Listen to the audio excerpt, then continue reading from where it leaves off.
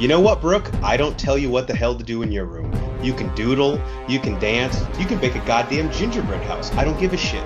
But in my room, I want to relax and watch my highlights in complete surround sound experience. Welcome in to the Bro Force Squad podcast. This is episode 115, and we're just a bunch of bros drinking beer and talking movies. Thank you guys so much for joining us. I am your host, the Mayor Jeff Hornacek. And before we get into the movie discussion for tonight's episode, let's go around and meet the fellow bros. As is tradition, as South Park would say.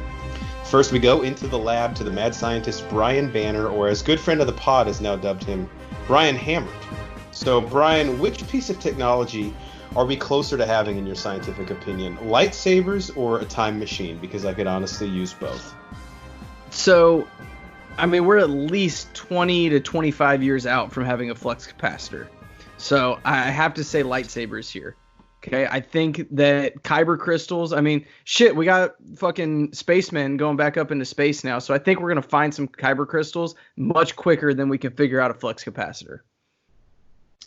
For the crystals, what about those like stay-at-home moms that have like all the healing crystals? Do you think those would work? I think those are like, that's like Great Value brand kyber crystals. Mm. Yeah. We need like name brand. I'm really disappointed in myself. I'm better than Great Value. That's brand. okay. I'm better than that. We'll workshop it. And next we go to our enforcer in the paint, Matt Geiger. Now, Geiger, our Three Ninjas movie commentary dropped this week, and I'm still wondering when we're going to grow out our ponytails and go fight elementary school kids with our karate skills. Well, a couple things. First thing, school needs to be back in session. But the great thing about that is since we learned our roundhouse kicks from our god Patrick Swayze, they are social distance because I could roundhouse kick someone from about 20 feet away and still make contact. The problem is if we wanted to do his move from Roadhouse where he rips the guy's heart out, if we had a mask on, it'd probably be fun. Yeah. And gloves, I have obviously. I have to be closer than 6 feet to do that. In gloves, yeah. Maybe we could Lysol the gloves, rip out your heart and put it back in. Who knows? It might actually, save you. Maybe before we rip the heart out, Banner can show up with one of those laser thermometers and just check everybody real quick. Yeah. Now he stick our hand in his chest. Because we're not monsters, even though we're ripping someone's heart out. All right, if you have not listened to our show before, or even if you have, we start every episode off with the most important thing in any bro's life, and that is our chest day. And today we are going back to one of our bro versus bro matchups. Now, Banner, why don't you tell the people what a bro versus bro is, and then Matt and I can let you know who will be competing tonight in it. All right. So bro versus bro is when we take two of the bros and pit them against each other because we don't think we fight enough. So I have tasked the other bros to pick a movie that is about summer, reminds you of summer. I just said topic is summer. You guys interpret that. They're going to bring each an individual movie, and using our 5 criteria, acting, cast, story, plot, best scene, impacts on pop culture, and rewatchability, they are going to convince me to watch their movie. Best out of 5 obviously wins. Pretty much summed it up? That sounds good. Now, you don't know the 2 movies that Matt and I are bringing to the table to compete here. And I actually don't even know Matt's. No, that is correct. I don't know any of the movies, mainly because, as pretty much everybody knows, if we're playing a game and I have the opportunity to cheat, I'm going to bang those trash cans, okay? So, I couldn't let you guys tell me the movies because I would have a preconceived notion about which one I wanted to watch. God, how lucky are the Astros that this whole thing happened? I know. Just got let off the fucking hook. Oh, shit. Motherfucker. All right, I don't mean to digress too much. They're off the hook till Roldis Chapman gets back on the mound. Oh, God. Let's just hope to God that Matt and I didn't pick the same movie. I think there's a very, very, very small chance we did. So, Matt, what movie will you be representing in tonight's Actually, you go ahead, because Can I guess your movie? Sure. I think yours is Heavyweights. No, but you're not far off. Okay, what's your movie then? Mine is the 1995 classic, my all-time favorite movie, A Goofy Movie, which starts at summer break happens. It's the last day of school. I have two movies I was gonna pick. I'll pick my second one because the first one will destroy you. So. Wow. He's like maneuvering shots fired. And the second one's gonna beat you anyway. But the first one I was gonna pick is Pirates of the Caribbean, but Banner would end it right now. Yeah, so it's game over. Sorry. I'm going to pick Point Break. God damn it. Okay. Original, against right? Point Break? What do you mean? God damn. You could have picked it too, Jeff. Yeah, but that would be taking it away from you. You're potting without a shirt on. How can I stake more of a claim to Point Break? And I'm drinking a Corona with lime, so that I'm like living it right now. So let's get this thing started. You know, we should have done to make I'm sorry to tell you this, but Geiger's already up in the polls. To make it fair, we should have made Matt do Pirates of the Caribbean against Stranger Tides. Ugh. He's like, I'd rather eat a Tide Pod. That reminds me of Armageddon or just hanging myself. Not really summer, but... What movie makes you want to hang yourself? Oh, the fourth Pirates of the Caribbean. All right, so the first point we are competing in is the acting/cast. Banner, I will turn it over to you as the referee. All right. Acting cast, let's, you know what? He's already got the momentum. Geiger, go first. Annie is the bell. I'm doomed. No chance. Patrick Swayze, Keanu Reeves, Jeff, go ahead. I don't have to say anything more at all. Patrick Swayze is the god of the pod. Keanu Reeves is like the Jesus of the pod, and he's John Wick. I don't. God damn, you're right. No, that's good. I think one thing we're conveniently glossing over is the man/woman from Free Willy, who's way too big a part of that movie. So that's a pretty big negative there. The strength of a Goofy This isn't a Republican versus Democrat. You can't just attack my shit. You got to actually defend yours. He can. It's a matchup. What are you talking about? Hey, he's going to attack you as much as he wants. We can't stop the run, so you can't run the ball. Swayze's running heaven right now, looking down on this pod, Jeff, and he's looking at you. So. But even Swayze's like, that chick was not that hot. He still fucked her. That doesn't erroneous. Okay. That's not erroneous fair to say, though. How? What do you mean how? Completely different situation. Well, that honestly, Matt, that's his job. Anyway. So it's really I think the beauty. Seriously, you think I like this? Having to fuck the lead actress in every movie that I do. The strength in a Goofy movie, Banner, quite frankly, is that it's performance over the big names. It's not a bait and switch. It's not bells and whistles. It's more telling me that this film doesn't have to tout huge names and still renders all of the characters effective. But there are some pretty interesting, pretty famous voice actors in it. So Wallace Shawn, who's the voice of Principal Mazer, is, of course, Inconceivable Guy and Rex from Toy Story. And then you have Pauly Shore in the mid-'90s, who's Robbie's voice. Yep. But to me, the strength of a Goofy movie is that it doesn't have a big name, and it's still one of the best and most critically acclaimed and well-told Disney stories and animated films, especially in the pre-Pixar era, to ever happen. So this is like the 04 Pistons, where there's not like one superstar on the team. It's just a great collection of talent that the sum is better than the sum of it. The whole is greater than the sum of its parts in terms of the acting and cast.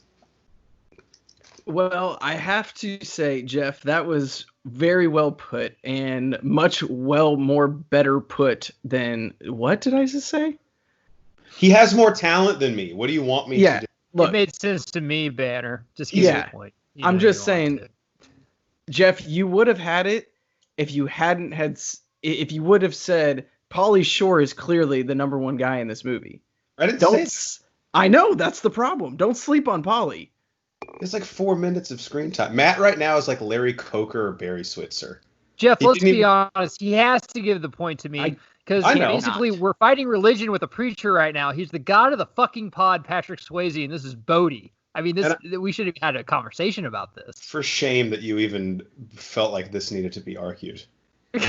I wanted to see if you'd come out swinging. You did. You passed the test. Let's move on. Story plot. Horns, you get the floor. All right, I actually think I can win here because I don't even think in a 10-year period Point Break is the best telling of that story because the original Fast and Furious exists. But here's what I'll say. This is the best adaptation of a father-son dynamic and that struggle of like a child burgeoning on adolescence seeking his own identity independent of his dad, but that love that a father and son still have that will always endure and exist. Best line in the movie that accompanies it, Max and Goofy get in an argument towards the end of the film, and Max says, "I've grown up. I've got my own life now." And Goofy, who would have thought Goofy could produce this heart-wrenching moment, says, "I know that.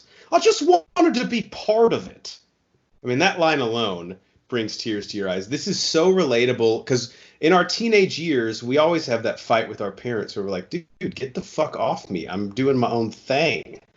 And this is about how parents know that you have your own life. They just want to be a part of it. Now, I won't poo-poo the story of Point Break because I do really enjoy it. But I think this is the best father-son adaptation, which is something that's a rarity that we get in cinema, especially animated films. Geiger. I agree with Jeff 100%. He has a very good... There's going to be a but here in a second. Yeah, he has a very good point. But this isn't about a heartfelt story. This is about a summer movie. A movie that makes you want to fucking drink Coronas and rob a bank with a fucking president mask on and go to the ocean, Banner. You're from California and surf. And do you like action movies, Banner? Yes, I do. I enjoy action movies. Do you like stupid action movies? Sure. Because this is the number one stupid action movie, the OG, because Fast and the Furious basically got his point from this. It's got Corona, it's got the ocean, it's got the beach, it's got the dead presidents robbing banks, it's got Bodhi, who basically is Zen before Zen, Keanu Reeves playing Johnny Utah from Ohio with a California fucking accent, the chick from Free Willy, the lead singer from the Red Hot Chili Peppers, Gary Busey before he fucking went nuts as a cop. This story is way more summer than anything. It has the ocean. It has Corona. The Goofy movie has none of that. Okay, I object. I don't know if you haven't seen a Goofy movie, honestly. Okay, it's about the end of school, I think. And there's summer vacation that Max has to miss out on and go on a summer trip with his dad. But that was your argument. No, your argument is that this has nothing to do with summer. No, your argument was that this is the best like father-son movie. Like that was your story. The category is story plot, not summer fun beach Free Willy chick. But the whole thing we're doing is summer movies. That is the main category. What does the summer mean to you? And Max's first summer of independence being stifled by his dad taking him on a father-son trip. God forbid we inject heart into the narrative as well. Banner, summer, you want a summer fun trip or you want to surf and drink Corona? You're the judge. I would love both, actually, because to me, they're one and the same. But for this point, I'm going to have to give it to Jeff. There is a deeper story there. It's not just, hey, let's catch some drug dealers and fuck the Free Willy chick. So there's a little bit extra there to the story. So we've got 1-1 going into best scene. Geiger, going back to you. This is fucking easy. Yeah, I'm fucked. You take basically Fast and the Furious in the town, you put it together, but they did it first. The dead president scene where Swayze and the rest of the dead presidents rob the fucking bank with the Nixon mask, and then Keanu Reeves chases him through the street, and you don't know if he's out of bullets or not and tries to shoot him, and Swayze looks at him before. There's so many movie tropes. The best thing about a scene is when movie tropes steal it. And this scene has been stolen so many fucking times through other movies. And I don't even know if that's the best scene in the movie, but it's the best scene to me. The dead president scene when they rob the bank. If I'm not mistaken, preceded by Utah, give me two. Give me two. About the meatball sub sandwiches. Oh, by the way, check out our movie commentary on Point Break, and we probably need to do one on a Goofy movie too. YouTube doesn't want you to check it out, but fuck them. Well, right now it's got about 16,000 views. It's not as good as the 100K we had before they took it down, but another underrated scene. Not to bet against myself here, but I Oh, think Jeff, you're not winning this point. Point Break has one of the coolest opening credit scenes too. Goes And it's beach. directed by James Cameron's wife. I think they're ex-wife now because she got too successful after the Hurt Locker and he couldn't handle it. And then he's like, well, I'll just do 7 avatars, allegedly. I love the allegedly part. All right, best scene. There's for me, there was a couple that really made me laugh. But the Lester's Possum Park scene is hilarious. When Goofy takes good. Max to Lester's Possum Park, and when Max slaps the shit out of the guy in the Lester costume, I always laughed really hard at that as a kid. But an honorable mention that I just want to say, if you guys want a really good laugh, it's like the 10-minute mark. The opening scene to a Goofy movie is obviously like the last day of school. Max sings "After Today," referring to him hijacking the end of school assembly. Principal Mazur's speech at that assembly is fucking hilarious and one of the more relatable things. And this is a quote that I just always have loved from it. So Mazur starts off his speech by saying, "Every year on the last day of school, I have students approach me and say, 'Principal Mazur, what can we do to not waste our summer vacation? We don't want to spend it at the pool or visiting friends. How about science slumber parties?'" And then the lights turn off. And I just always related that where teachers would like tell you a story that you know is such bullshit to try and get you to do something. Like, dude, stop. There's no chance that's true. Just let me enjoy going to the pool and seeing some side boob, okay? And there's a chick in it, Matt probably has seen 10 to 15 of these chicks, who is she's a total slut, totally disinterested in Max in the opening scene. I remember her, actually. Yeah. I remember this movie. And then after he does the power line dance, she's like all of a sudden really interested in him, which is weird because women aren't like that in real life. That's my best scene. All right. Well, unfortunately for you, Geiger gets the point. I'm sorry. Who went first? I forgot. This should be me, I think. I think it's you too. Is this a test? Yeah, maybe. All right, Horns, go. Impacts on pop culture. So this one might surprise you, but this is one of the most poignant Disney movies, especially at the time when Disney princesses and their coming of age was all the rage. Like, think early to mid 90s, we had Beauty and the Beast, Little Mermaid, Aladdin, which I know Aladdin is obviously the titular character, but Jasmine is a big focal point behind that. Then obviously before Cinderella, Snow White, all those people. But this was poignant and had a father-son dynamic. And I think a lot of people don't realize, but this really helped Disney develop that sensibility and way to build earnest relationships between children and adults that Pixar ended up emulating so well. And that is what has made Pixar so popular. Obviously, their animation is great, but it's that ability to subvert a kid's movie and say, like, oh, this is really how children and adults interact in the real world. And by the way, I'm going to punch you in the fucking gut with this film, because a Goofy movie was the first one to really take that chance. Now, you may have cried during Beauty and the Beast or Little Mermaid or Aladdin or Mulan even, but nothing hits you quite like that scene at the very start of the third act in a Goofy movie. And nothing feels as grounded and real, which is hard to say when it's 2 talking dogs speaking on top of a Volkswagen Bug floating down a raging river. So the impact for me is this helped develop Disney morphing into sort of the Pixar helm, where now almost everything is 3D animation, to where they had this poignant, very powerful, more emotional type of storytelling. Think like Inside Out, where it's embedded in the movie. This was kind of the first one through the wall in that regard. Geiger, uphill battle here. Go. Really? Where to begin? Yeah, because he went first. That's why it's an uphill battle. Okay. Yeah. Well, I haven't said anything yet. First off, a great movie makes you want to do something out of your comfort zone. After watching this movie, I really wanted to surf. Never have surfed before. Took a surfing lesson.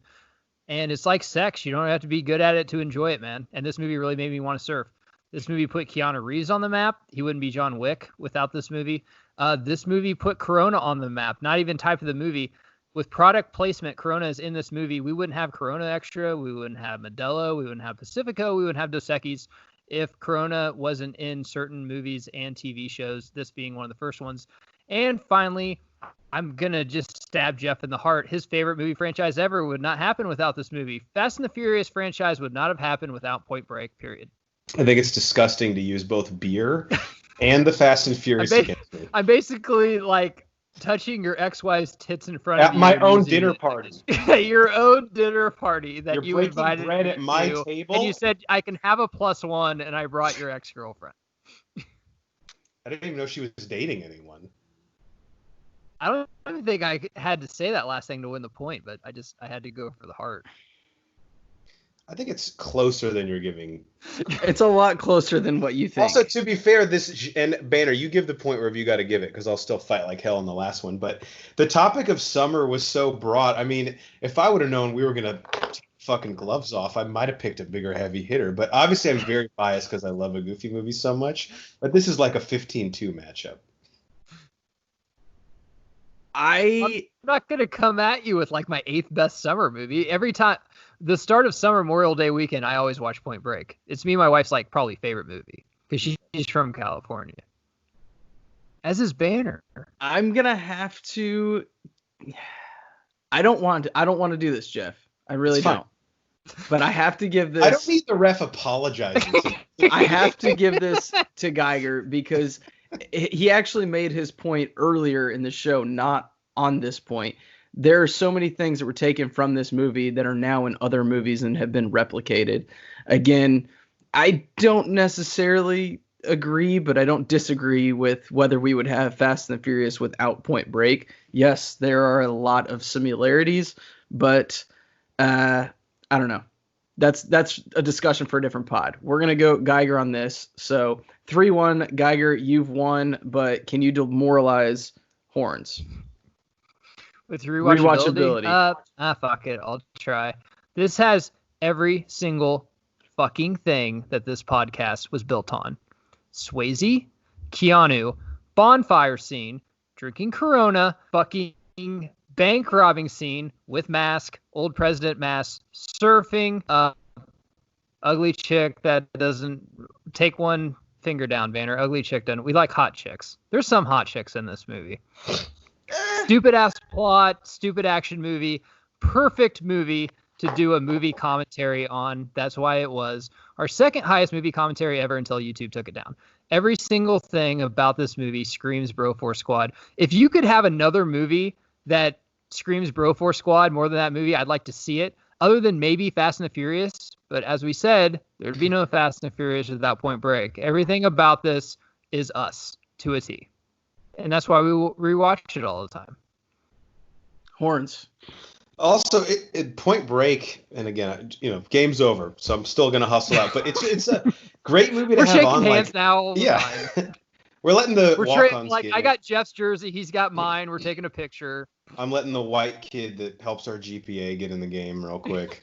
Point Break is like a great movie to just have on in the background at a party because it just fucking puts out that vibe. Couple things I'll say to my advantage. Number one, a Goofy movie is 41 minutes shorter. Oh. It's an hour 21 minutes. Point Break's 2 hours 2 minutes. Now I'm not going to sit here and act like Point Break drags and it's like this fucking because I've seen some movies that are an hour 50 minutes and I literally felt like I had to take a week of work. It's not Lord of the Rings. Correct. But just saying, Banner always factors in for rewatchability, especially now that time is at a premium. Now that you have a child, it's an hour 21 minutes. A Goofy movie. We don't fuck around. Also, lest we forget, how fucking funny is Bigfoot in a Goofy movie? It's one of the most memorable scenes when he does the fucking puppet show with Max and Goofy's socks. And then he listens to Stayin' Alive by the Bee Gees and learns how to disco while they're trapped in the car. Fucking hilarious. And then the last thing I'll say, whether you connect with the movie on the same level I do or not, the two Powerline songs in the film are fucking bangers. They're bangers. They really are. Him as an analogous version of Michael Jackson minus the visible pedophilia was pretty fucking cool in 1995. Like a Disney version of Michael Jackson who moonwalked and sang fucking badass pop songs. That's cool to go back and revisit. Banner, I just want to say one thing. Jeff bringing up the time of these movies reminds me of Mufasa just scratching the shit out of that fucking gorge. He just won't go down. I respect it. He just won't go down toward the wildebeest. He just keeps scratching his way up. And I gotta say, he made some really, really good points, and I got to give him this point. The time of Pity point. No, it's not. It's not. The time of the movie counts. 21 minutes is a big difference. But another big thing is I can watch 5 minutes a Goofy of those probably movie. credits. I can watch a Goofy movie with Baby Banner. I cannot watch Point Break with Baby Banner. Yeah, you can. What's wrong with Point Break? It's PG. All right. Now it's like, raise her right. Put it on. There's no nudity. Yeah, there is. Yeah, there is. There is? Yeah. naked in it? When he goes to get the Red Hot Chili Peppers surfer gang guy, that one couple chicks were naked in there. Prove it. That's California, you know. It is what it is. She's got to be 3 before she can see Point Break. So as of today, I got to give it to Goofy Me. And again, you guys know I love singing at the top of my lungs when I can't sing. Case in point, literally every Disney commentary we've ever done. I'm pretty sure Matt was about to beat the shit out of me on Tarzan for singing all the Phil Collins songs. What would the score have been if it would have been a Goofy Movie versus Pirates of the Caribbean, Curse of the Black Pearl? 10-0? Probably be sweet. Yeah, that's Banner's favorite movie. I mean, and that is summer to me too. I watch that all the time during the summer. This is not fair with Banner as the judge to use that. Well, I mean, look, you knew your audience, Jeff. I'm sorry. I just thought as a respectful competitor, we won't pick, and he didn't pick Pirates of the Caribbean. I thought you were picking heavyweights, so I'm just like, okay, he's got some, because you said it was a like a school summer movie, like you're out of school and it's like summer vacation. Like he might have some points. I'm like, but I was like, Banner's from California. This is surfing. This is Corona. This I is also robbing. thought about going. I think Sandlot versus Pirates of the Caribbean would be a pretty good matchup too. Because what makes you feel summer more than Sandlot? Sandlot, yeah. Sandlot might win. I don't know. You're doing commentaries on all these too. I can get. We will do one on Goofy Movie. I'm game. I get a lot drunker when I watch Pirates than I do Sandlot. Well, that's not true either. There's really no way to trash. Erroneous. All right. So the final score, Point Break, the original, not that shitty one that came out in like 2014, defeats a Goofy Movie 3-2. We had Goofy Movie plus 1.5 in Vegas. Backdoor cover. That was a backdoor. Oh, definitely. That was like a bullshit half-court 3 at the end Cover of the game. He's like, no! Taking the starters out. God, I miss betting on sports. All right. One day. God damn it. Well, that moves us on to the second part of our show. By the way, Matt, great matchup. I respect Point Break too much to say anything bad about it. This ain't an Isaiah Jordan thing. We'll still play together on the Dream Team. I don't know if we said this at the beginning, but I've got to go watch now, in this case, Point Break, because it won. I'm not going to lie to you guys. Probably going to watch them both by next episode. Nice. Also, Matt, I just want to clarify. Jordan had no beef with Isaiah in 1992. Did you see that video that came out, or the phone conversation? Between who? Jordan and Isaiah? No, it was Jordan and some dude interviewing him where he's told him, he said, I said Point Break, I will not play on the Dream Team if Isaiah Thomas is playing, and it's out. Like, so he lied. I mean, dude, I don't even need to see that shit because I'm like, I know. I believe it. It happened. This is Matt and mine's thing, not to digress, but when people insult my intelligence so much, I write you off. But can't we all look in the mirror and be like, we're actually care about some beef that happened in 1992? Like, who gives a fuck? Who cares? I'd respect him more if Jordan was like, yeah, I said, fuck that. We're going to beat him by 40. I don't like him. I don't want to be in Spain with him for 2 months.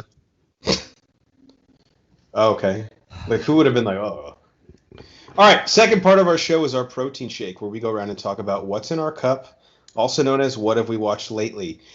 Now, I have 9 things, but 3 of them are movie commentaries we did, so I'm just going to plug the date. So I technically have 6. How about you guys? Matt, how many things have you seen? 4. Okay. Banner? Kind of. 1, 2, 3, 4, 5, 6, 7, 8, 9, but one of them is going to be real quick, and one of them, Jeff, I know you watched as well that we wanted to talk about. Oh, yeah.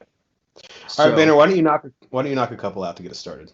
All right. So I'm sure everybody's seen that movie, 30-day movie challenge that's going around.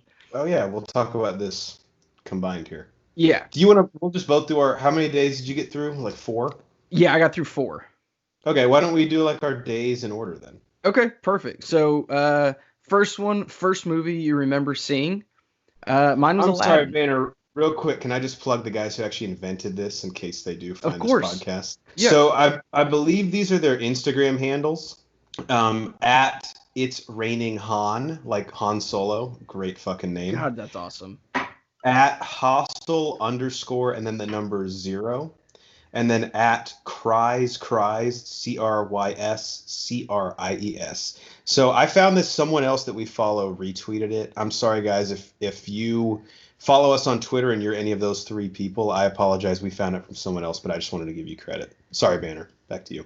No worries. First movie you remember seeing, mine was Aladdin. I remember this extremely vividly because I pissed my pants. Because I was so excited to be in the theater eating popcorn. I didn't want to leave, and I had to pee so bad, and I peed my pants during A Whole New World, if I might add. I mean, who hasn't? Yeah, so, like start a line back here because we've all done that. But honestly, that's the biggest compliment you can give a movie is like I literally urinated myself because I didn't want to leave during your film. Me and Jeff are gonna wear the pins during one of the Avengers, I think. I think it was BVS actually. Or Batman vs Superman. Something that was like 3 hours long. I still would have done it. I didn't know that they had the director's cut in theaters. I wish.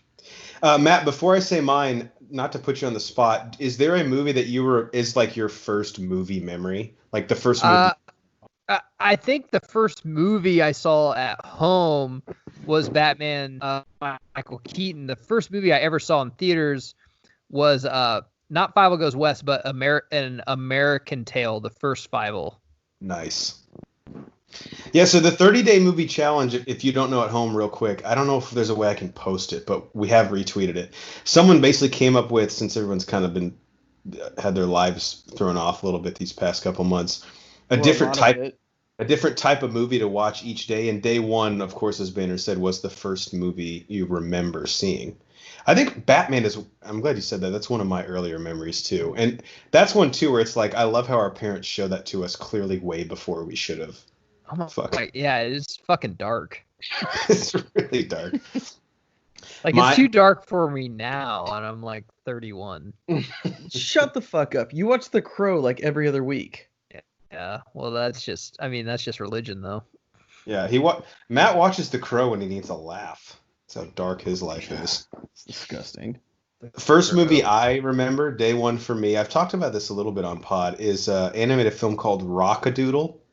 Have you guys heard of this? No. It's got like the rooster in it, right?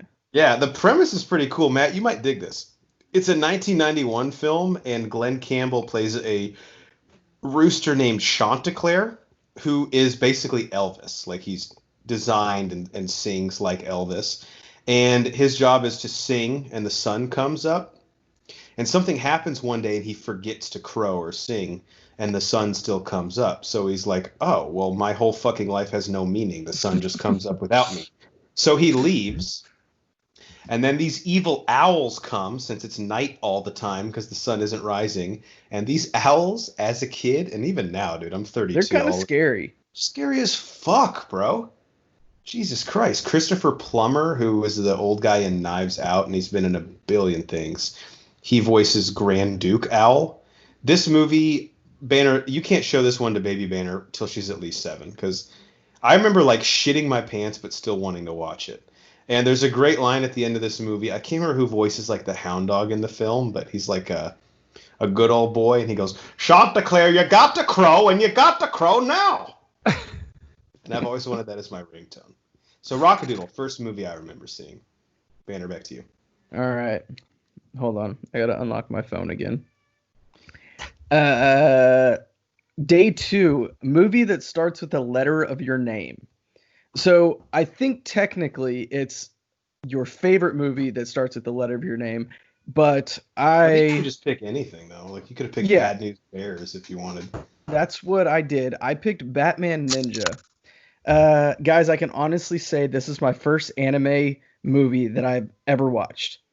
And I get why people are attracted to this kind of animation and this style of art. I mean, I personally don't get it. I'm not a fan, but I can see something there why people would. I can't explain it. I don't know. As far as the movie goes, I think I liked it. It was weird, but it was cool at the same time. I'm just really confused by it, to be honest with you. I didn't hate it. So I saw this movie too, like a year ago. Batman, have you seen Matt, have you seen Batman Ninja? The one. No. Okay, well, this is a rare misstep for DC animated. It really was. The animation looks awesome, but the story is totally fucking awful. Like, it sounds stupid. It's really dumb. Batman gets transported back to feudal Japan by Solomon Grundy. Yep, it's dumb. You're right. The animation is cool, and The Joker is scary as fuck. I guess, man. Alfred it's just dumb as fuck, dude. I couldn't get into it. Dumb. It was And laborious. I just didn't understand it. I didn't get it. But again, as far as the animation goes, for never seeing an anime, like I don't like it personally, but I understand and I respect and I can see why people do like that style of animation. I've seen like 25 DC animated films. This is the only one I didn't like. Ever. I would agree with that statement. I echo everything. I echo that. Yep. All right, Matt's going to get back in for this one. Day 2 of the 30-day movie challenge. What's a movie that starts with the same letter as your first name? I introduced my fiance for the first time to Jerry Maguire. Wow. And she wanted to adopt Jonathan Lipnicki.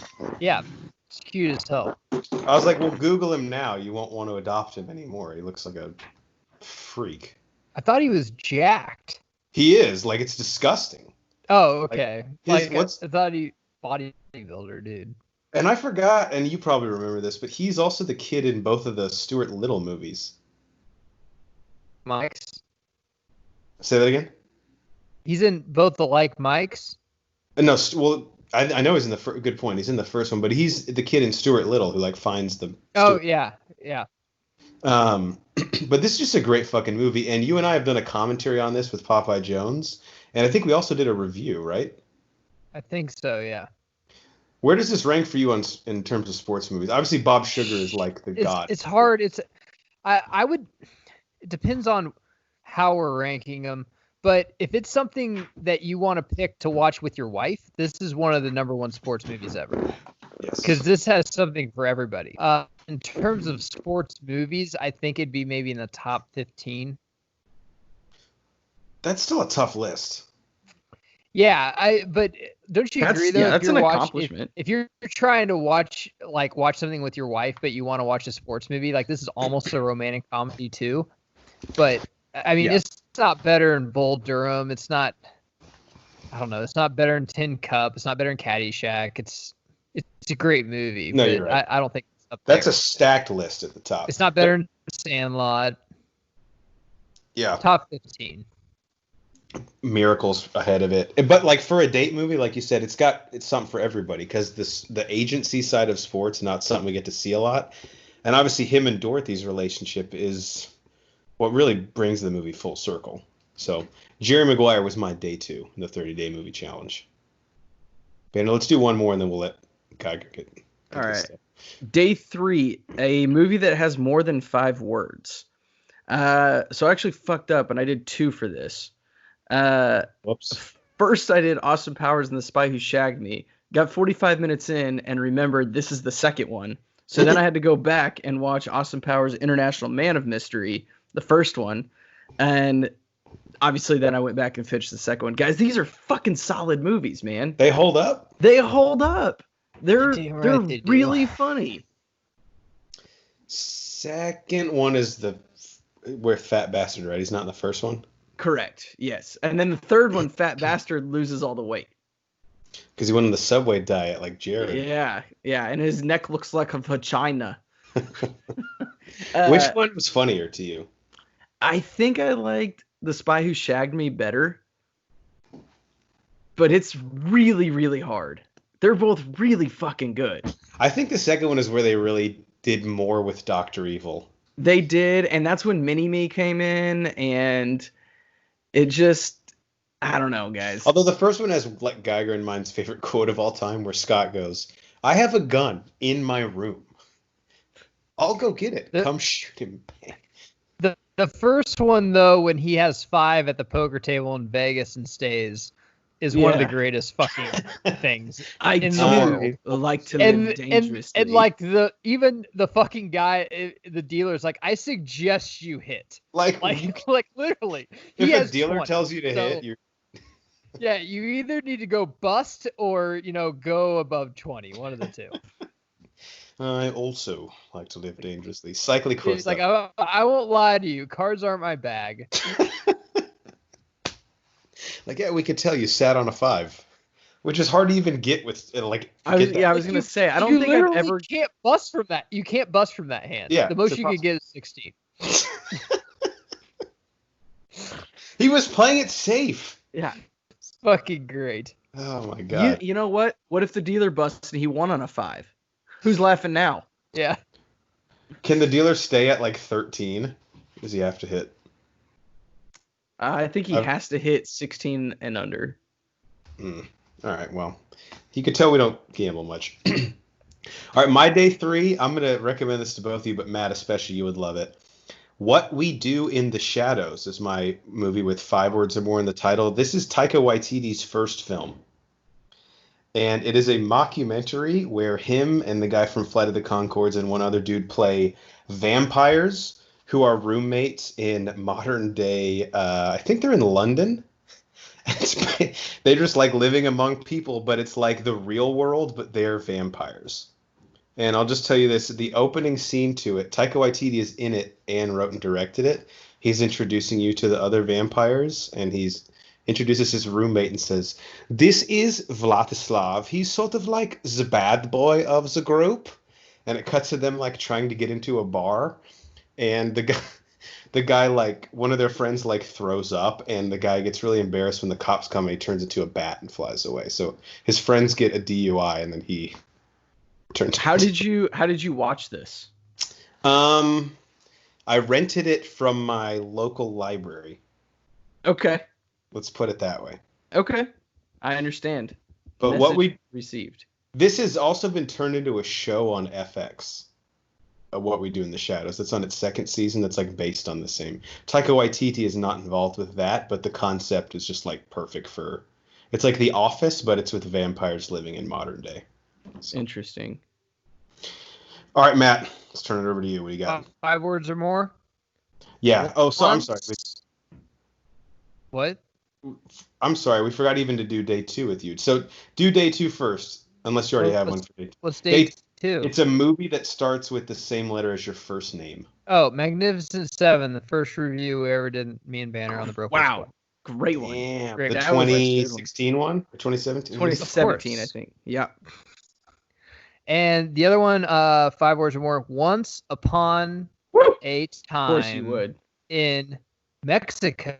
Oh! What? Really? Plot change. Everyone's seen Once Upon a Time in Hollywood. Go rewatch this. Fucking Johnny Depp, Antonio Banderas, Selma Hayek, Mickey Rourke's in it. The one dude, Danny Trejo, that's in every Hispanic movie. Cheech Marijan, Jeff, the bad guy from the first Spider. William Dafoe. Great fucking movie, man. Great fucking movie. Is that Robert Rodriguez? Fuck yeah, it is. Damn. I will say this too. That's a great fucking pick. Nate Thurmond is also doing this challenge on Twitter. And Matt, I think every movie he's picked so far, you would love, except how do you feel about No Country for Old Men? That was his 5-word one. I love that movie. Okay, well then you'd be in line with Tin You Cup. guys just hate it because you don't fucking understand it. And I don't have time to teach it to you.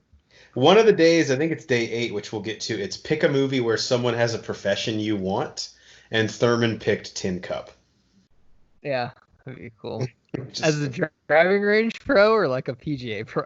I'm sure he's kind of both. PGA pro, but yeah. All right, Matt, what's in your cup? Okay. Well, I like to say things that are kind of up to date. The match too. Let's talk about it. So this pulled the TV things are in, Jeffrey, and this got more viewers than any major last year, and Tiger won the Masters. It got more viewers than the Open, which is worldwide. This pulled double pretty much the PGA and the US Open. Okay. And I'll tell you why. Can I ask a question? Because go ahead. Is that averaging like all 4 days average? Because I can't imagine that just Sunday for the Masters. Just Sunday, which is the most important day. Insane. I don't believe that. That's what it Sunday said. the Masters? But you got to think Sunday the Masters in April, there's other sporting events going on. This was the only fucking thing new on TV. And I'll give you another thing. The younger generation, even our generation, we are living in a thing where like we have social media influencers. It's not Sofia Vergara telling you to wear makeup. It's a person, this person's like me. And honestly, man, I rather watch golf with people like me that make some of those stupid mistakes than watch perfection. It was fun to watch Brady struggle. I've had rounds like that. Nate Thurman's had rounds like that. You guys have had rounds like that where I'm like, I have no fucking clue what I'm doing. Today's just not my day. I hope I can just maybe hit a couple good shots to make me feel like this was worth coming out. That was fun to watch. It was fun to watch them struggle. And the other thing, it was fun to watch them fucking joke with each other. And I love the commentary. I think every sport that comes back, players need to be mic'd up. I think that HBO should have fucking the NBA playoffs where there's a F-bomb every single time on the court. And I loved when Phil Mickelson was telling you how to play a chip, when Tiger is telling you how to read a green. That's how you learn. When you watch, you learn. Breaking down fun. That this chip is the most entertaining thing I've watched probably in like the last 10 years. And I thought Tiger winning the Masters as a golf fan was one of the most this was more entertaining than that because it had people that weren't that good at golf. Brady and Manning are good. They're good. Brady's had a bad day. But you watch them struggle and you watch the pros teach you how to do it and they're trash talking. Some of Barkley's fucking things, man, were so great. I mean, Barkley announcing it was the most entertaining thing I've seen in golf for a really long time. Watching Phil break down that chip shot where he was he like skipped it right up the top of the green. That was incredible of him walking up and walking us through step by step what he's going to do and why he's going to do it, and then watch him actually do it. It was absolutely insane. Matt, I think you posted about it on Facebook. Yeah. That specific shot, and someone was like, and I agreed. He was like, well, yeah, but the average human being can't fucking pull that off. But you're right. It's cool to get in there. If someone would give me a shot to cure cancer and give me a 10-step thing to how to inject it myself, I'd still pay more attention to Phil Mickelson telling me how to play that chip shot. Because that is you in that thing, you had the greatest, and this isn't a debate, I don't care. You had the greatest chipper pitcher ever and the greatest putter in Tiger ever telling you their mindset on how to approach a putt and every fucking chip. It was like one of the greatest things ever. And they do this sometimes in majors and in tournaments where they'll have caddies and players mic'd up and they'll talk about shots and be like, well, it's this, you got to cover that. Are you going to fade it? You're going to draw it because the bunker's over there. And that's really interesting. But actually hearing them talk about shots and telling their partners how to play certain shots, it was so great. And watching Barkley play 18 at the end, trying to make bogey was fucking awesome too. It was great. Fun. I think that was the thing that they made it, like you said, they humanized it more for us. The first match, as fun as it was and as entertaining it was, there wasn't the trash talk, there wasn't the bets. And I know it was all for charity, so it's slightly different when it was just like me paying you money. But having people tweet in, like Brooks Koepka, tweeting in and saying, hey, I'll give you, $100,000 if you hit par by the end of the 9. And then double or nothing or whatever. Like having people bet like that and them talking shit to each other, that's what made it entertaining. They brought it back down to my level where I'm not going to hit those shots. Like just point blank, I'm not going to hit those shots. But the way they were talking, the way they were hanging out and breaking things down and busting each other's balls, That's what was so much fun about the match too. And the fact that they were playing in a fucking monsoon. I think Thurman is the only person I know that would ever play in conditions like that. And even then, he's like, I mean, guys. I wish like, it was a 9? nicer day. I really did. Because some people, like, if you're an 8 handicap like Brady, that's a day where you just don't play. So you've never played in those conditions. So you don't know how to play in those conditions. One of the last things I'll say, then I'll throw it to Jeff. So the way Brady was playing, so Dustin Johnson, one time in the U.S. Open, he's leading it. Then he threw up an 82 on Sunday. But the only thing you saw at the end of the day was Dustin Johnson shot an 82. They didn't show any of his shots because there's another tournament going on. Someone's going to win it. He's playing so bad. There's no one else on the course. They showed every one of the good and bad shots of Brady and Mann. And a lot of pressure. That's true. When you watch a tournament, like they cut away so much that you don't get exposed like that. That's the other problem with golf, especially to recreational golfers. You watch golf on TV, like, man, they're so good. No, they're not. Pros hit bad shots. Even the Rory Ricky thing, like Rory duffed a chip. I mean, I do that sometimes too, but they never show that on TV. They only show putts that go in from 40 feet. They only show wedge shots from a foot. They never show bad shots ever because there's so many golfers out there. You know what putt's going in when they cut to a green and Jim Nance goes, a moment ago. You're like, well, this is obviously going in. A moment ago, and he's 4 inches short. I want more of this. I would like to see, I know Timberlake golfs, but I would like to see a lot of other people. Phil's already been trying to recruit Michael Jordan, Steph Curry. There's Tony Romo. He's already talking. Romo plays in pro-ams all the time. Yeah. He's already recruiting all these people for the match. They made a shit ton of money off this thing. So let me ask you this, Geiger. The match 3, would you want it to be Tiger Phil again, or do you want to see some of these other guys?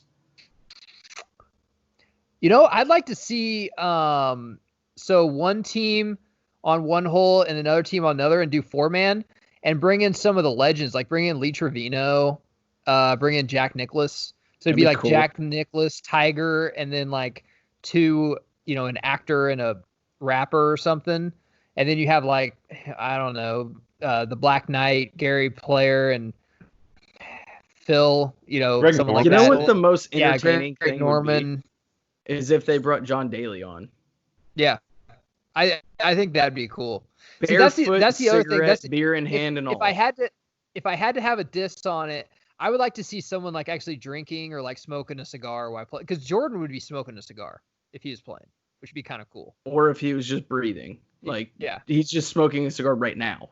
I texted Thurman doing it. I said, I want to see someone with the beer in their hand. I want to see someone in the cart playing music too. That was the other thing I wanted to hear. I thought Tiger. Yeah, anything that makes it relatable. I'm with Especially with those bitchin' golf carts they had. So the other thing I watched the Lance documentary, and I realized I'm not into cycling. I really don't care that he did drugs. He went through hell with his cancer, and I think that he is a person that should be celebrated for everything he's done for cancer research. And everyone is fucking doing it, kind of like baseball. He was just the best at it. So I might watch part 2 because I think it'll get into more of it. The only thing I don't know if you guys watched this. I didn't even know they could do this. This came on at 8 o'clock on ESPN, and the first 10 words, 3 of them were fuck, and they didn't beep it out. Oh, yeah. I heard someone on Twitter, like, watch it with the F-bombs. And for some reason, I was like, well, now I'm interested. Yeah. And I hope documentaries are more like this, which is kind of cool. It's only a 2-parter, right? Yep. Okay, I might check it out. The last thing I haven't watched. No one's watched. I was just wondering if we want to watch. Are we going to watch the Snyder Cut of Justice League? So I'll say this, and this could almost be its own chess day. Number one, I guess we don't need to get HBO Max for it. Right now, HBO Max, and they're getting a lot of shit for this, is not available on the Fire Stick or the Roku. And how are you supposed to watch it? It's a great point, because that's 81% of all streaming service. That's literally the number. The second one is the runtime was about 4 hours, 8 minutes. So they said they were going to break it into 8 30-minute episodes. Okay. Which is kind of cool. I mean, if they do that, I think we kind of have to, right? I don't understand what it is. Is it a complete movie? Yeah, and they're spending $30 million to, like, finish his scenes. There's no reshoots, but, like, all the CGI they're finishing. So basically what happened, if you're not privy to the story, is he finished the movie per se. I think he had a death in his family. One of his children died, which is terrible. And then he couldn't do, because the post-production is when the movie actually comes together. So he couldn't do that. So basically they gave it to Whedon, and Whedon's like, I don't want any of this shit. I'm going to redo a bunch of stuff, I guess is what happened. So they gave it to Whedon, and then I believe Civil War and Age of Ultron were like lighter films and did so well that they brought him in to make it like lighter. Okay.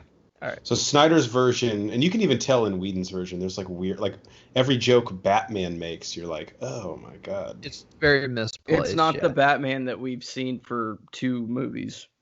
Yeah. Prior. And Snyder's, I think, even has like the Green Lantern in it. I know for sure Darkseid's in it because the actor who plays him came out and was like, yeah, I filmed some scenes. So if they do 8 30-minute episodes, it'd be a nice...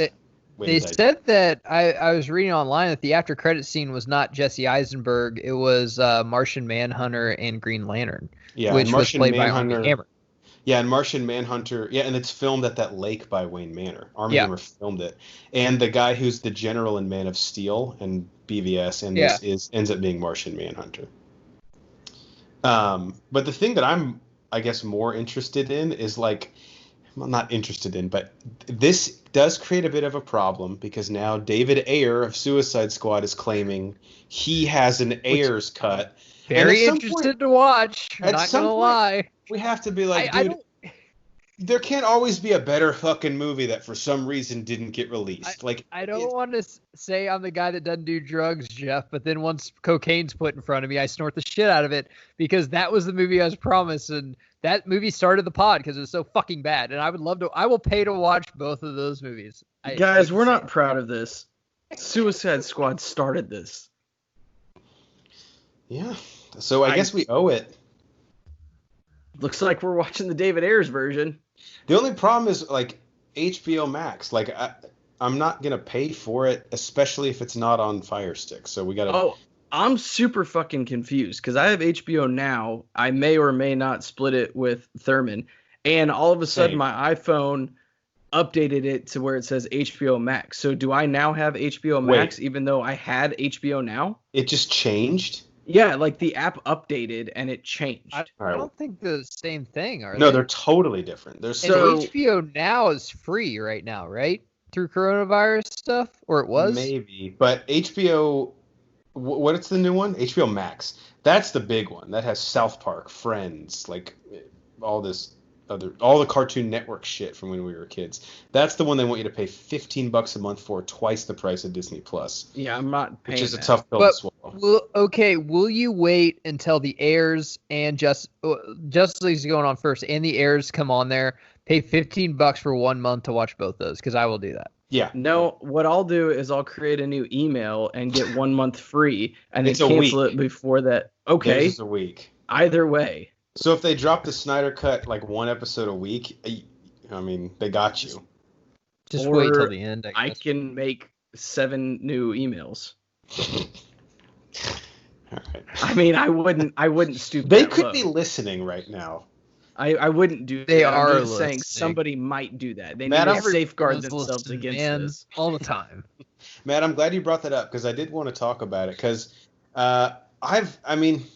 everything with DC, I think we can point to that moment in Zack Snyder's, that tragic moment in his life. That was like for lack of a better term, the end of their connected universe. Like he was the guy, whether you liked it or not, I personally liked it. He was the one overseeing their vision. When he left, it went by the wayside. I think that's the perfect way to put it. They had a vision. Did you like it? Did you not? That's a different debate. But they did have a vision. And then they started swaying away from it. And then before you know it, it's a clusterfuck. It's dark. It's light. You don't really know what it is. Each character differs from each movie.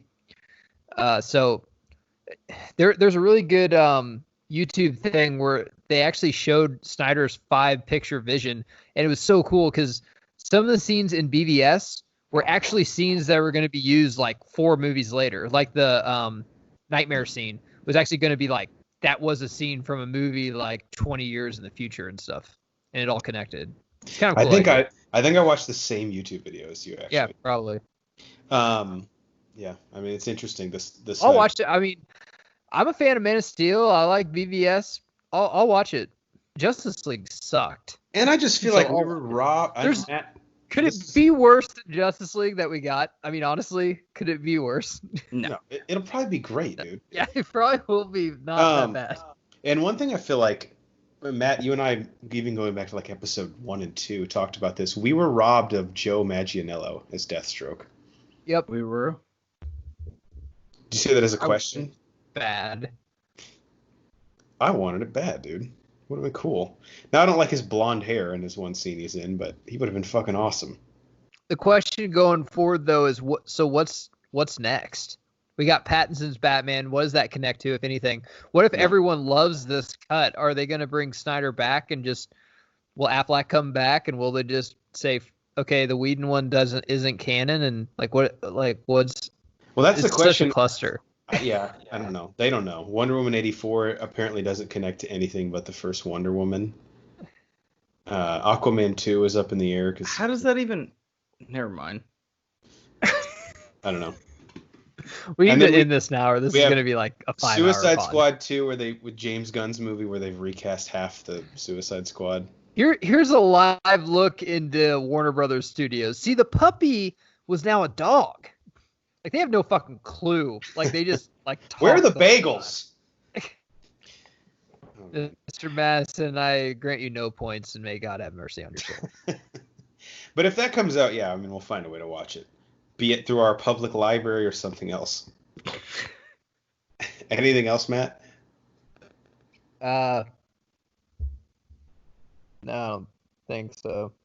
All right. I'll be quick. Day 4 of the 30-day movie challenge. Ooh, Matt, I could probably guess yours, but you can't pick the one you just did. Day 4 of the 30-day movie challenge is a film with a number in the title. What would you go with? 61. Yeah, that's a good one. I thought you were going to say 7. No.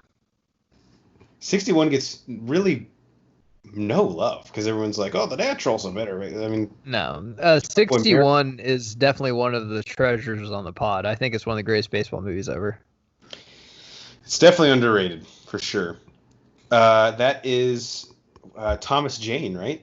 Yep. And Barry Pepper. God. Thomas Jane, I cannot figure him out. We've talked about it Nobody can. at length. So mine for a movie with a number in the title was one of my all-time favorites, probably top 20 movie of all time, 500 Days of Summer. Still never seen it. Still really want to.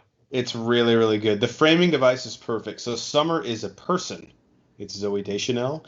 And Joseph Gordon-Levitt, who I actually normally don't like, but it's about their relationship over the course of 500 days, the ups and downs. And if you've ever been in a long-term relationship and things went to shit and you were just like, how the fuck did that happen? This is one of the most relatable pieces of film you'd ever watch. Banner, did you get to day 4? I did. So the movie I watched and the movie I wanted to watch, two different things.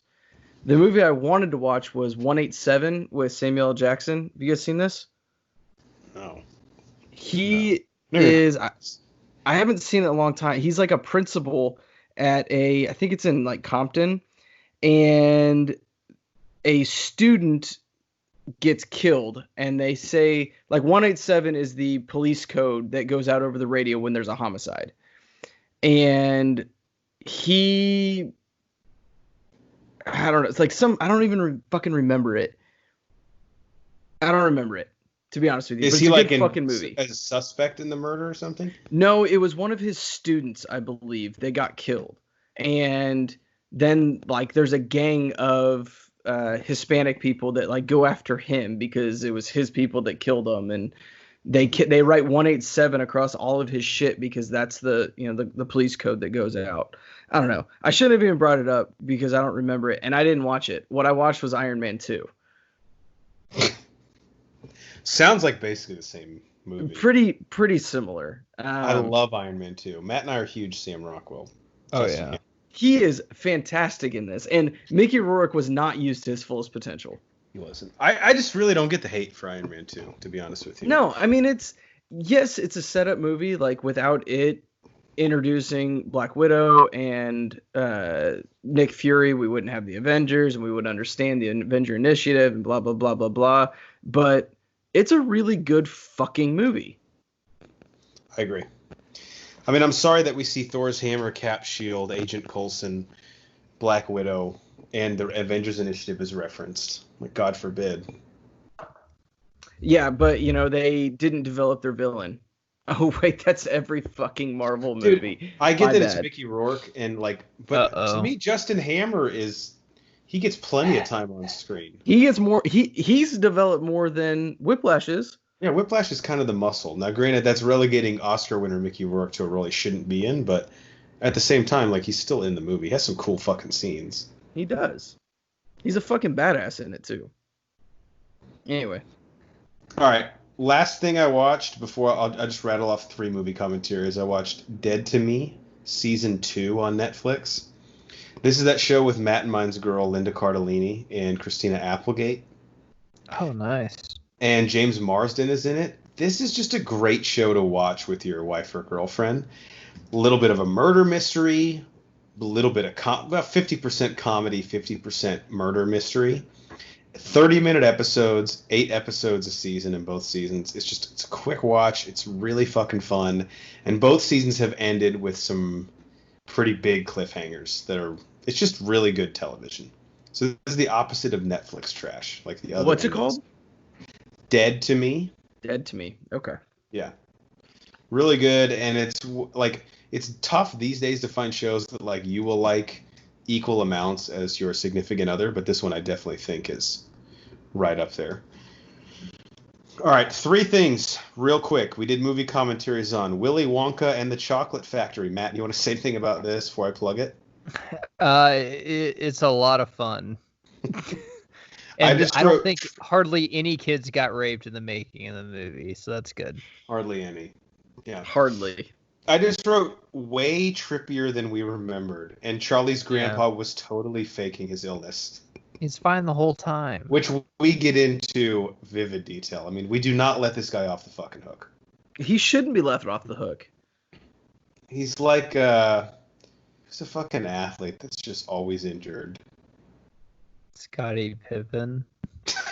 I guess we'll come back to it. Another one we did was Mulan, the 1998 animated version. This one's going to drop July 21st before the live action comes out July 24th. This was me, Banner, and Thurmond. This one, just like Willy Wonka, kind of goes off the rails about the second act, but it's worth it. I mean, really? It's just a great... You think we were on the rails going into the second act? We were off the rails quite a bit sooner than that, if I remember correctly. Do you think that's going to be the first movie like that people go to see in theaters? I don't know when Tenet comes out, but Christopher Nolan has said, like, as God is my witness, that shit's coming out in theaters. Okay. So yeah, wouldn't that be ironic, kind of? It would be. I've been on pod saying Mulan is going to be the worst live action movie that we get. I am now completely flipping my script. I think it's going to be the best live action movie we're going to get. Yeah, because we have nothing, like, basically you've been sheltering in place for 9 months, and this is the first movie. It's going to be the greatest thing you've ever seen. I didn't realize that it was rated PG-13 also. Okay. Oh, wow. We are going to have some portion in the Oscars this year where when we give out the awards, we have to say, like, did we have quarantine goggles on for this? Like, did we like this movie because we had nothing else to fucking watch? Like, maybe this is too early to shit on it, but maybe Extraction falls into that pool. I don't know. Extraction was really fucking good. We say it, but maybe that's a movie that we just liked because, like, it was that, or we do a fucking puzzle. I think Tiger King falls in that category. I think Tiger King is the poster child. Falls in that category. Yeah. God damn it. Matt always has like a better answer than mine. Last one. This was a really fun one. So we did Independence Day, which comes out July 3rd. I decided to drop it the day before, give people a chance to watch it before their holiday plans. This was me, Geiger, Cycly, and Popeye Jones. And I re-listened to this one. Let me say this. If you get offended easily, probably not still listening anyway. Don't listen to this commentary. If you don't get offended easily, you're going to have a really good time with this one. Because this was probably our most offended commentary ever, actually. We did the South Park theory. Whether you're liberal, conservative, Christian, Jew. I mean, we went after everybody. We dug a grave for each of you. We marked them appropriately. Get in them. No one is off limits, as it should be. As it should be. Independence Day, July 3rd, Bro Force Squad. Henrik, you'll love it. All right, last thing before we get to the very end of the show, Banner. The show right. that I hope Matt watches too, but I've got a couple other things before we get into this. Okay. All right. So I watched the 4-part limited series, I guess, Waco on Netflix. It actually was originally came out on Paramount channel or Matt's whatever. channel. And Matt's guy, Taylor Kitsch. Yeah. He was really good in this. Really good, actually. This shit was intense.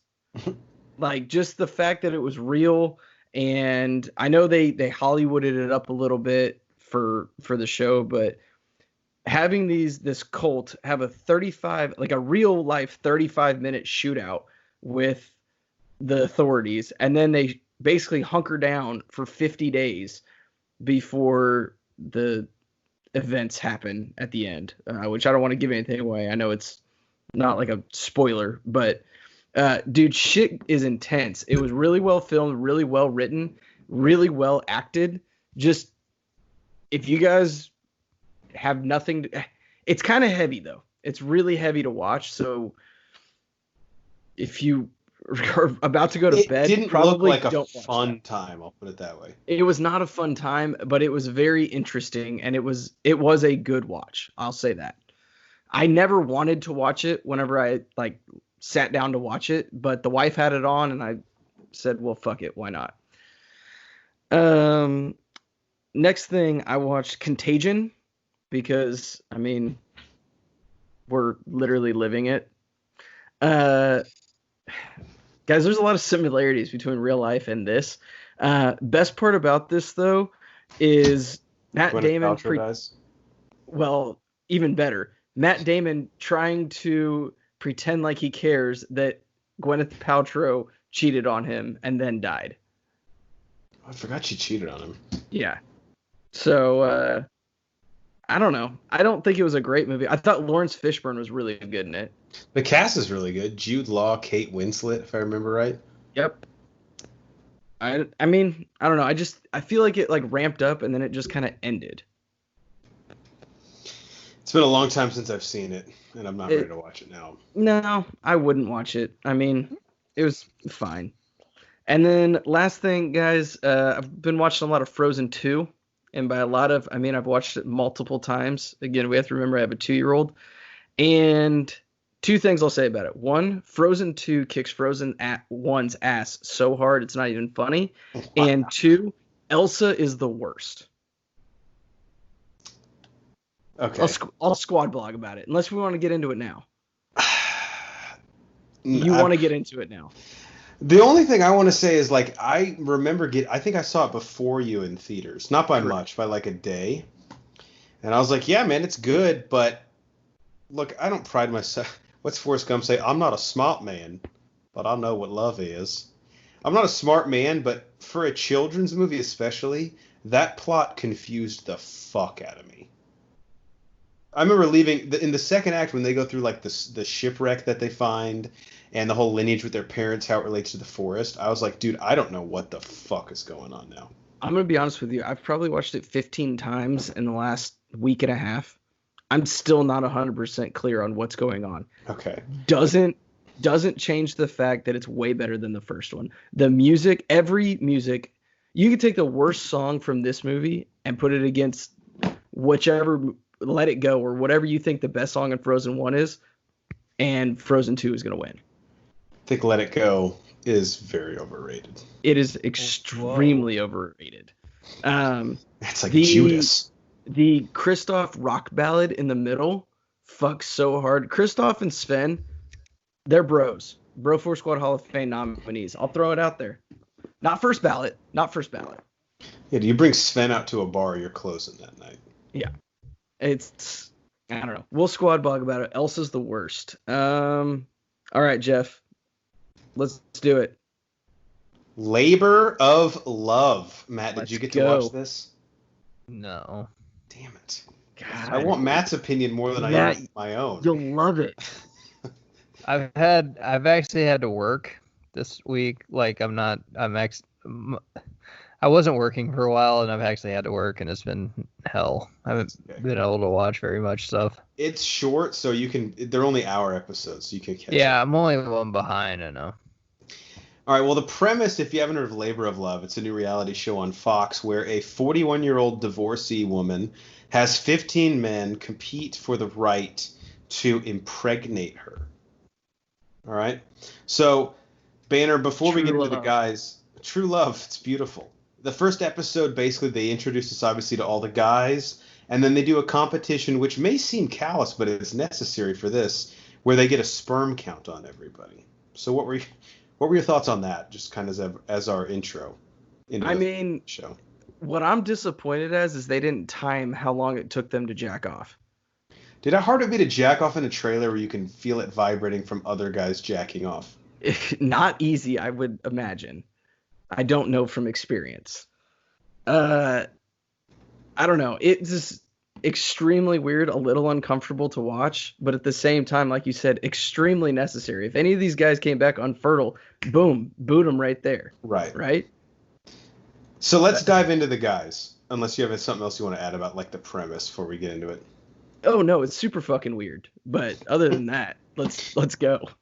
Okay, so a few of the individuals, and I want Geiger's opinion on this.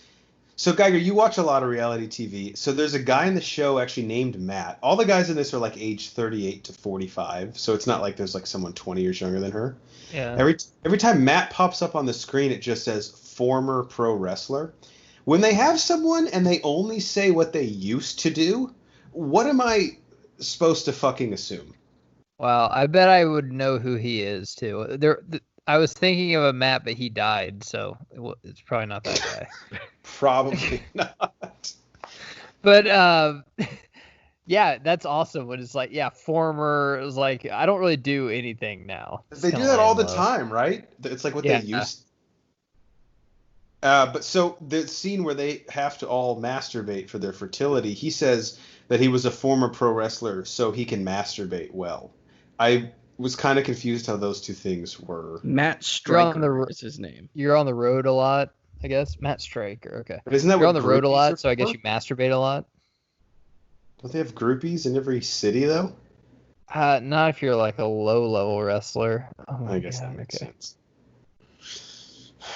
Banner, any thoughts on Matt? You remember him, right? Widow's Peak guy. Yeah, I remember him. I think he's trying way too hard. Like he is, you know how you have those guys on reality TVs that they're not really there for the show. They're just there to promote their own image.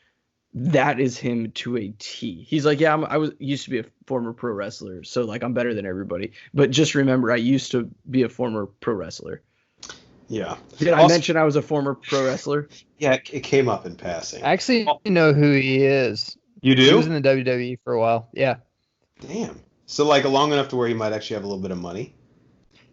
Yeah, I mean, he was kind of I think he was part of the cheer squad thing or whatever. Yeah, I know him. Well, I kind of have to apologize. When he said former pro wrestler, I assumed he was in like these undercard like warm-up shows. I mean, he was not a big name at all, but if he was I've on seen like him TV, on WWE. that's Yeah, I've seen him on WWE programming. Huh. But Banner, to me, Matt seems like he's more interested in winning the approval of the other guys than he actually is about what Christy, is that the chick's name?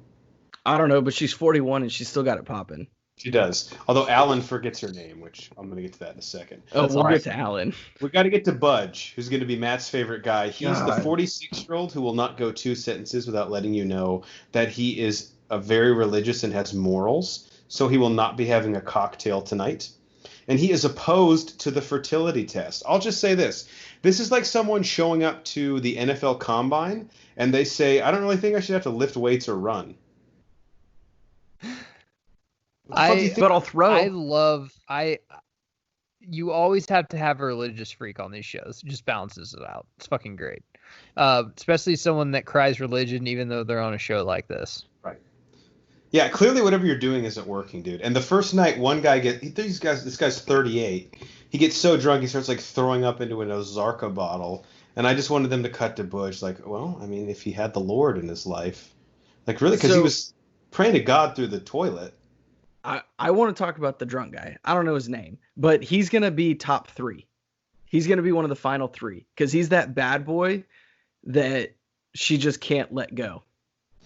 So Matt, the episode ends. He has to apologize to Christy because he got so drunk the night before.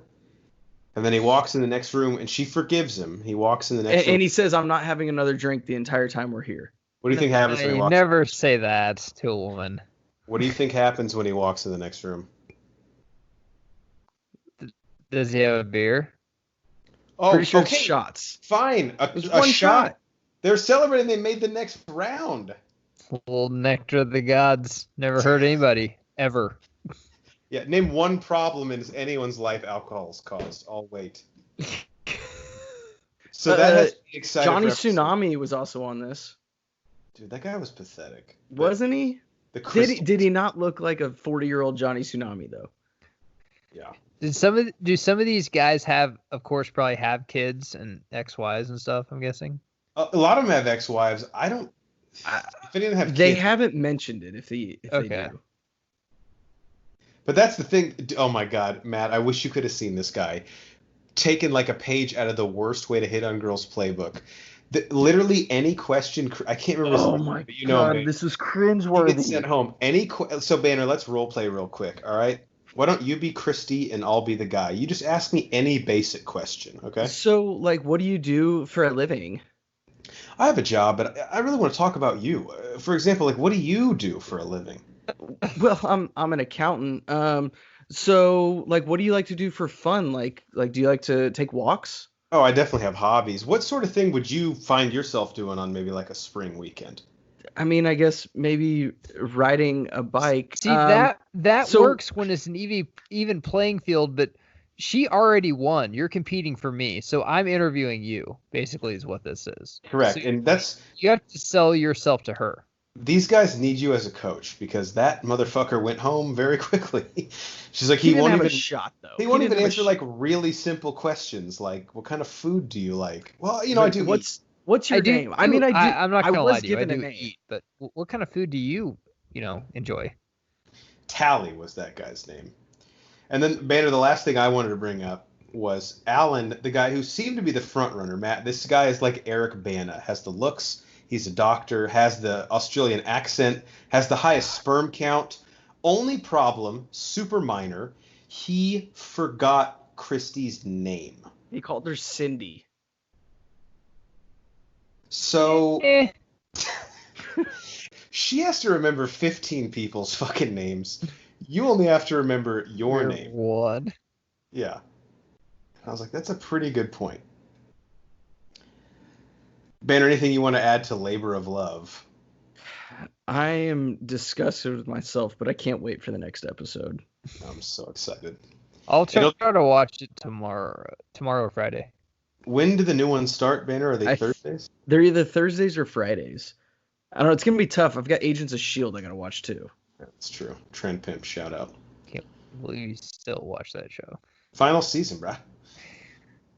All right, that's all I had. Anyone else have anything before we move on to the last part of the show? What's that? I'm sorry, I got a bird. With all that Zima money we've got, I went ahead and got me a bird. Actually, I spent that money. And that brings us to the last part of our show. Do you even lift bra? Now, this is our question and answer segment. Typically, we ask a question that we talk about and leave you with, but every third or fourth episode, starting, I guess like 4 episodes ago, we are doing a trivia contest, the Bro 4 Squad Trivia Showdown, where we each ask a trivia question to the other 2 competitors. I think today Matt has the same one. He'll ask both of us, so we'll just answer privately. And the first person to get 25 points via trivia gets to pick a movie for the other 2 bros to review. Now, since we've only done this once, the score is low. Right now it's like a WNBA game at halftime. I have 1 point. Banner has 1 point. Geiger has 1.5 points. High scoring game for WNBA. Yes, it is. Teams are lighting it up. You get a half point because you can steal the other person's question and get a half point. So let's just get it started. Banner, why don't you ask your 2 questions first to Matt and I and see if we can get a point. All right. So I tried to make these not as hard as I did last time. Yeah, your they other ones were fucking stupid. They were impossible. I thought the whole idea was to stump you guys. It's real fun. All right. Jeff, we'll go to you first, okay? Okay. So, what is the name of Alfred Woodard's son in Civil War? Captain America's Civil War. He's the young man that was killed when he was doing public servant work in Sokovia after college before starting his career. You know who I'm talking about? Tony confronted as her. Tony says, Wonder put a few miles on his soul before parking his body behind a desk for the next 20 years. What is his name? I don't know his last name, but I know his first name. Will that count? Yeah, I'll give it to you. Actually, I think I might know. Is his name Charlie Parker? Wow, really close, but no.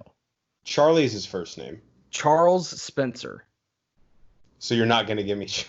No. I'm giving it to you. Okay. Yeah, that was good. That was good. Charles. All right, Matt. You are a Missouri, USA native. Okay. This Missouri... Yes. No. This Missouri-born actor plays a role of a government agent turned superhero in 6 films of the MCU. What's the actor's name? A government agent turned superhero. Or a government employee. He works for the government. Horns, you should know this. It's not Don Cheadle, is it? It is Don Cheadle. Wow. Okay. Holy, he's from Missouri? Yeah, I didn't know that either. Did you know that, Matt, or was that just a good guess? I knew it was either I thought it was either Cheadle or the other guy that played him in the first one was from St. Louis. One of them, is he from St. Louis? I think. Terrence Howard. That would have been a deep cut. That would have been such a Banner question. All right, so I have 2 points. Geiger has 2.5 after Banner's questions. Geiger, do you want to go next? If you only have one question, you can just ask both of us, and we can text you our answers. You can go ahead. All right. My first question. These are both under the category of Disney animated. Banner. In The Little Mermaid, which character and friend of Ariel's serenades her and John in the rowboat with the banger "Kiss the Girl"? Sebastian. Correct. That is I thought Sebastian. You were going to make these hard. Sebastian the Crab. Sha-la-la-la-la-la, my oh my. You got to kiss the girl. All right, Geiger, to you. I tried to tailor these to like ones that I think each person would have a better shot at. Who voices Hades, god of the dead, in Disney's animated classic Hercules? James Wood, right? That is correct. Wow. Maybe mine were too easy this week. By the way, so they're doing the live action, and they were asking, like, some Twitter feed was like, who would be a good live action version of Hades? And Will Arnett was a common answer. I think he would be pretty good at that. Play it completely differently, and I think that would be fresh, yes. Yeah. But also, I'm not mad about Goldblum. I got 2 questions. First one to Banner. Who was originally casted to play Batman in Batman Begins? Oh, damn. I could give you another hint. I might. No, don't, because I can maybe steal this one. Okay.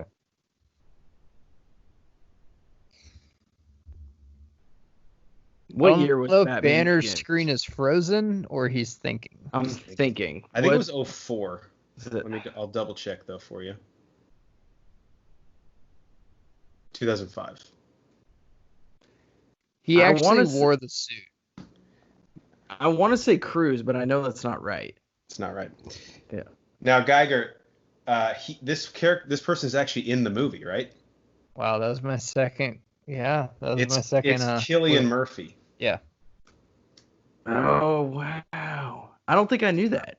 I remember Nolan telling him, like, you're not Batman, but we're getting you in this fucking movie. Yeah, he was, and that's where he began to basically, Nolan cast him in everything after that. Inception, Dunkirk. Is he in Interstellar? I don't think so. I don't think so. I might be the one he's not. But he's in all 3 of the Nolan Batman movies, too. All right, so I got a half point for that. Second one. For what movie did Steven Spielberg win his first Oscar for Best Director? Fuck.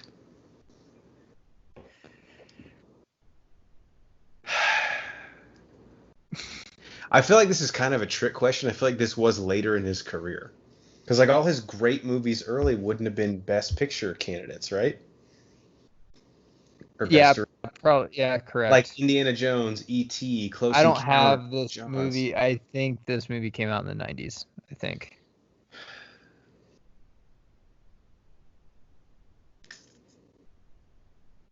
Well, if you think it came out in the 90s, then it's not the one I'm thinking of. Because the one I'm thinking of definitely came out in the 90s. What one are you thinking of? I was thinking Saving Private Ryan. I don't want to guess that. That's not my best guess. movie or is it best Director? Best director. I'll say Close Encounters of the Third Kind. No. All right, Banner.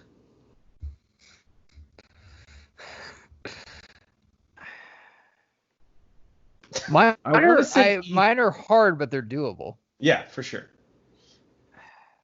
Just to be clear, I've already guessed, so I'm out. But it is Best Director, not Best Picture, right? Best director. Okay. Yep. For what movie did Steven Spielberg win his first Oscar for Best Director? I want it to be Jaws. I really do.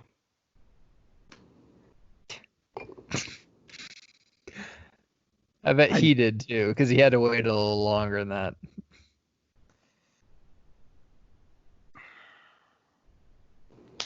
Yeah, Hollywood wasn't ready for Jaws. This is a movie I don't think I've only maybe watched once.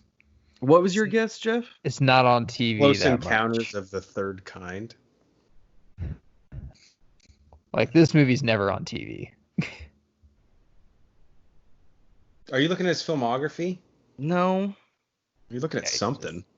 He's looking up what he won Best Director for. Is what he's looking I'm up. not looking up what he. No, I'm not looking that up. He would die. Schindler's List? Yes. Damn. Did you look up? It's fine if you did. You can look up filmography, but did you? I did. Okay. I looked up. I just want you to admit that you Look, did it. we already established earlier in the show, if I have an opportunity to cheat, I'm gonna cheat. Banner may have misremembered how he looked up the. All right, thing, so but the score after 2 times of doing trivia: Horns 2.5, Banner 3, Geiger 3.5. Great questions, great show this week, fellas. Before we let the people go for episode 115, any closing thoughts, Matt? Just keep on keeping on. Life's a garden, dig it. Banner, how about you? Just make sure you brush your teeth and always pull over for emergency vehicles. So we're gonna have people brush their teeth now. That's gonna be his new thing. Cool. If we have to fucking tell people to do that, I love brushing my teeth. It's very refreshing, really. Mm-hmm. All right, for Enforcer in the paint, Matt Geiger, and the mad scientist Brian Banner. I'm the mayor, Jeff Hornacek, and we are the Bro Force Squad podcast. We really appreciate you guys listening to us. Follow us on Twitter at Bro Force Squad. Type in Bro Force Squad as 3 separate words on Letterboxd. Apple Podcasts, Spotify, or YouTube. You'll find us there and subscribe to us. And type in broforcesquad.com to find our website and all of our content. Till next time, we'll see you later. Should we say to floss? I mean, they're not going to listen, but should we say it? No, I floss once a year, and that's when I go to the dentist. I love when the dentist is like, when's the last time you flossed? You're like, you were there. Yeah, 6 to 8 months ago, last time I saw you. Check Come on, your Doc. system. I thought you were smarter than that.